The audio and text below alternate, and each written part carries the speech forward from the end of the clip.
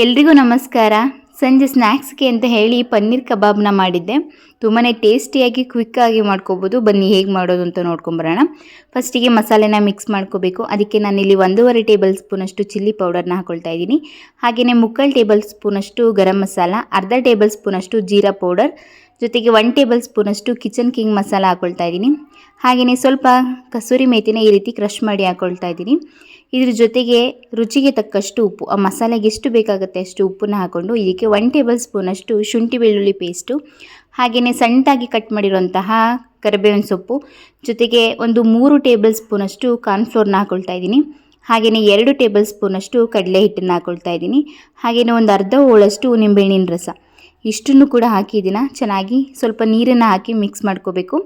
Normal ಆಗಿ ಕಬಾಬ್ಗೆ ಯಾವ ರೀತಿ ಕನ್ಸಿಸ್ಟೆನ್ಸಿಲಿ ನಾವು ನೀರನ್ನು ಹಾಕ್ತೀವಿ ಆ ರೀತಿ ತೆಳುವಾಗಿ ಇಷ್ಟು ಕನ್ಸಿಸ್ಟೆನ್ಸಿಗೆ ಹಾಕಿ ಚೆನ್ನಾಗಿ ಮಿಕ್ಸ್ ಮಾಡಿಕೊಂಡು ಈಗ ಉದ್ದದಾಗಿ ಕಟ್ ಮಾಡಿರುವಂತಹ ಪನ್ನೀರನ್ನು ಹಾಕ್ತಾಯಿದ್ದೀನಿ. ನೀವು ಯಾವ ಸೈಜಲ್ಲಿ ಬೇಕಾಗುತ್ತೆ ಆ ಸೈಜಲ್ಲಿ ಕಟ್ ಮಾಡ್ಕೋಬೋದು.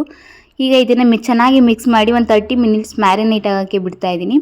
ಈಗ ಕಡಾಯಿಗೆ ಎಣ್ಣೆನ ಬಿಟ್ಟು ಎಣ್ಣೆ ಚೆನ್ನಾಗಿ ಬಿಸಿ ಆದಮೇಲೆ ಒಂದೊಂದೇ ಆಗಿ ಪನ್ನೀರನ್ನ ಹಾಕ್ಕೊಳ್ತಾ ಇದ್ದೀನಿ.